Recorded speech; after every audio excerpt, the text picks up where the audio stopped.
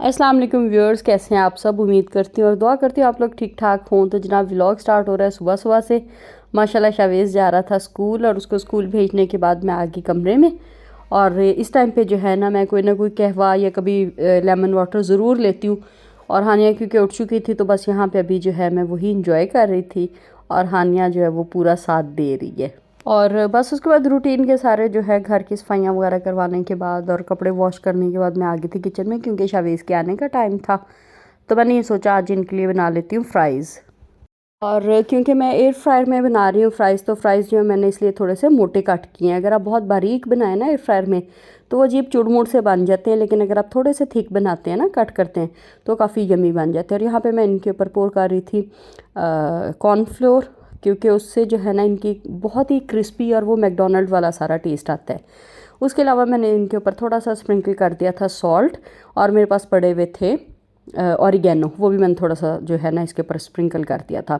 उसके बाद जी यहाँ पे मैंने लगा दिया था लाइनर।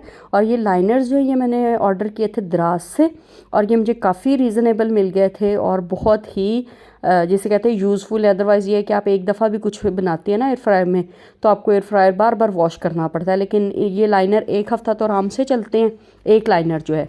और काफ़ी इन्होंने ज़िंदगी आसान कर दी है।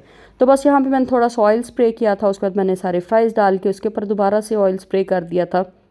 और एयर फ्रायर का सबसे बड़ा फ़ायदा ये है कि मैक्सिमम 2-3 टी स्पून में जो है ना आपकी चीज़ें फ्राई हो जाती हैं। और उसके बाद जी ये बड़े मज़ेदार से इनके बन गए थे फ़्राइज़। और उसके बाद आजकल हो रहे हैं शावेज़ के पेपर्स, और 1 क्लास का सिलेबस उफ इतना ज़्यादा है कि बस इसको मुझे यही होता है आते साथ खाना खिलाने के बाद ना मैं इसको पढ़ाने के लिए बिठा देती हूँ। और उसके बाद आज इनका दिल था जी कि नूडल्स बना दें, और मेरा भी बहुत दिल था कि वो जो आजकल बड़े वायरल चले हुए ना नूडल्स, उनको एक ट्राई दूँ। और कैसे बने और मैंने कैसे बनाए वो तो मैं भी आपको आगे चल के बताती हूँ। लेकिन अगर आप लोग चैनल पर नए हैं तो सब्सक्राइब कर लीजिए, और अगर व्लॉग पसंद आ रहा है तो do give it a thumbs up, और फ्रेंड्स एंड फैमिली के साथ शेयर करना मत भूलिएगा। तो बस ये मैंने सिंपल जो है टेस्ट मेकर डाल के और नूडल्स बॉईल होने के लिए रख दिए थे। दूसरी तरफ मैंने थोड़ा सा कुकिंग ऑयल में ना थोड़े से प्याज लिए, उनको सौते करके उसके अंदर मैंने सुर्ख मिर्ची और थोड़ी सी हल्दी डाल दी है। आप लोग चाहें तो टमाटर भी डाल दें, मैं टमाटर ज़्यादा इस्तेमाल नहीं करना चाह रही थी। तो मैंने बस यहाँ पे थोड़ा सा होममेड चीज़ ऐड करके और उसमें बॉइल्ड नूडल्स डाल दिए थे, और मैंने टेस्ट मेकर यहाँ पे थोड़ा सा ऊपर से और ऐड किया था।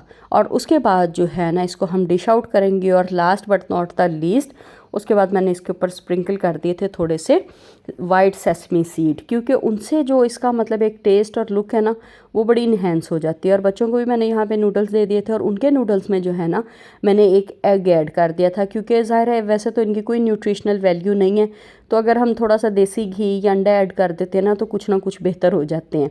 तो बस जी यहाँ पे मैं अपने नूडल्स इंजॉय करूँगी चाय के साथ। और उसके बाद जो है हम लोग चले गए थे अम्मी की तरफ। अम्मी मेरी का घर के पास ही है, मतलब जैसे 1-1.5 किलोमीटर ही। और यहाँ पे इतने खूबसूरत फ्रूट आए हुए थे, तो बस मैं और हानिया फ्रूट इंजॉय कर रहे थे। हानिया को यहाँ पे अम्मी ने नहला दिया था, और हानिया भी खाना शाना इंजॉय करने के बाद सो गई। तो बाजू की कॉल आई, बाजू अम्मी के ऊपर वाले पोर्शन में ही रहती है, बाजू की कॉल आई कि आके खाना खा लो।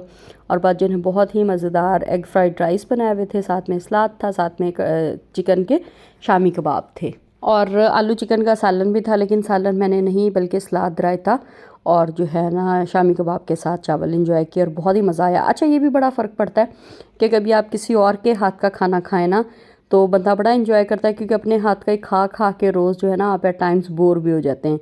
और उसके बाद घर आके जी मैंने सबसे मेरा बोरिंग जो काम लगता है ना मुझे, वो लगता है कपड़े आयरन करना। और आजकल मुझे कोई भी ऐसी लड़की नहीं मिल रही जो आके कपड़े आयरन करके दे जाए, क्योंकि जो मेरी हेल्पर बाजी आती है ना उन्होंने फ़ौरन बाद जो है 11 बजे एक और घर का काम करना होता है, और वो 9 बजे मेरी तरफ आती हैं। तो उतने टाइम में वो बेचारी बड़ी मुश्किल से सफाई का काम ही ख़त्म करती हैं। तो अब खैर ज़ाहिर है कि आपको ज़िंदगी में पसंदीदा नापसंदीदा दोनों काम ही करने पड़ते हैं। अब मैंने ये रूटीन बना लिया कि जैसे ही कपड़े धुलते हैं ना तो मैं फिर अपने कोई 1-2 सूट जो है वो प्रेस कर देती हूँ। हस्बैंड मेरे खैर बाहर से करवाते हैं, क्योंकि ज़ाहिर है वो मतलब ऑफिस जाते हैं, तो क्रीज़ उस तरह से मेरे से नहीं बनती। और अगर कपड़े प्रॉपरली आयरन ना हो तो आपको पता है कि वो फिर जो है ना एक नीट लुक आती ही नहीं है। तो यहाँ पे अब मैं जो है ये आज ही सूट धुला था, तो मैंने सोचा कि मैं भी जो है ना इसको लगे हाथों इस्त्री करके रख लेती हूँ। और शावेज़ का इसके बाद फिर मैंने यूनिफॉर्म भी प्रेस कर लिए थे, क्योंकि वैसे मैं सुबह के टाइम पे कर रही होती थी, लेकिन अब मैं रूटीन थोड़ी सी चेंज कर रही हूँ, क्योंकि एट टाइम्स लाइट नहीं होती। आप पाकिस्तान के हालात आप लोगों को पता ही है, लाइट का या जो है लोड शेडिंग वगैरह के कोई भी टाइमिंग्स नहीं होते। तो बजाय इसके कि मैं बिल्कुल जो है ना 11th आवर पे तंग हूँ, इसलिए मुझे था कि मैं यहाँ पे पहले से ही कपड़े आयरन करके रख लूँ। और बस जी इसी टाइम पे जो है फिर मैं दूध की बलाई उतारती हूँ, दूध को दूसरे बर्तन में शिफ्ट करती हूँ। हानिया का फीडर बनाना, शावेज़ का बैग पैक करना अकॉर्डिंग टू टाइम टेबल, मतलब ये अच्छे खासे जो है ना टाइम ले जाते हैं। उसके बाद मुझे ये होता है कि सोने से पहले जो है बेडरूम एक दफ़ा सेट हो जाए, बेडशीट सारी बिछ जाएँ। फिर ज़ाहिर जो कंफर्टर वगैरह आजकल लेने हैं वो सारे निकाल के बाहर रख दूँ। बच्चों को ब्रश कराना, उनको नहलाना, ये सारे के सारे मेरे इसी टाइम के काम होते हैं।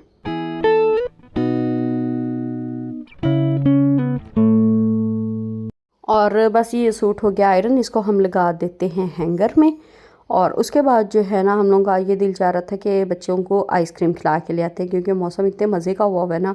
और लाहौर की जो अब तो खैर बहुत सारी आ गई हैं, जेबीज़ आ गए, सॉफ्ट स्विरल आ गई है, सॉफ्ट क्रीम आ गई है और बहुत सारी हैं। लेकिन पता नहीं, मतलब मुझे पर्सनली जो है ना वो चौधरी की आइसक्रीम बहुत पसंद है। जिस तरह से वो सामने आइस कर्ल्स बनाते हैं, बड़ा ही मज़ा आता है। और हमारे घर से कोई बहुत दूर नहीं है, तो इसलिए फिर जो है ना हम लोग आराम से चले गए थे आइसक्रीम खाने के लिए। और सबके अपने अपने फ्लेवर्स होते हैं। शावेज़ को वहाँ का मिल्क शेक बहुत पसंद है, वो हर दफ़ा किटकैट शेक ही लेता है। और यहाँ पे मेरी और मेरे हस्बैंड की और हानिया की आइसक्रीम बन रही है, तो बस हम लोग इसी का ही वेट कर रहे थे कि बन जाए तो खा के फिर घर चलें।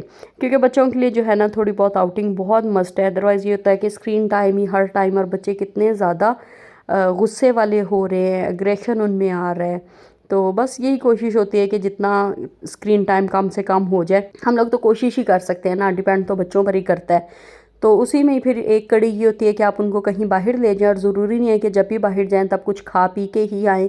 वैसे भी आप बाहर लेकर जा सकते हैं किसी करीबी पार्क में या कहीं पर भी। तो बस जी हम लोग अपनी आइसक्रीम एंजॉय करते हैं। और यहाँ की जो कैरेमल टॉफ़ी है ना, बहुत मज़े की है, मतलब मैं मोस्टली वही लेती हूँ। तो बस जी इसके साथ ही आप लोगों से मैं चाहूँगी इजाज़त। अपना बहुत ख्याल रखिएगा, मुझे दुआओं में याद रखिएगा। इंशाल्लाह ताला नेक्स्ट व्लॉग में आप लोगों से फिर मुलाकात होगी। और उसमें जो है ना मेरे लॉन के ड्रेसेस स्टिच होके आए हैं, बहुत ही शानदार। हालांकि मौसम जा रहा था, लेकिन वो क्योंकि मैंने मुल्तान से स्टिच करवाए थे और मैं होती हूँ लाहौर में, तो इसलिए मैं इंशाल्लाह ताला वो नेक्स्ट व्लॉग में आप लोगों के साथ ज़रूर शेयर करूँगी। टिल देन टेक केयर, अल्लाह हाफिज़।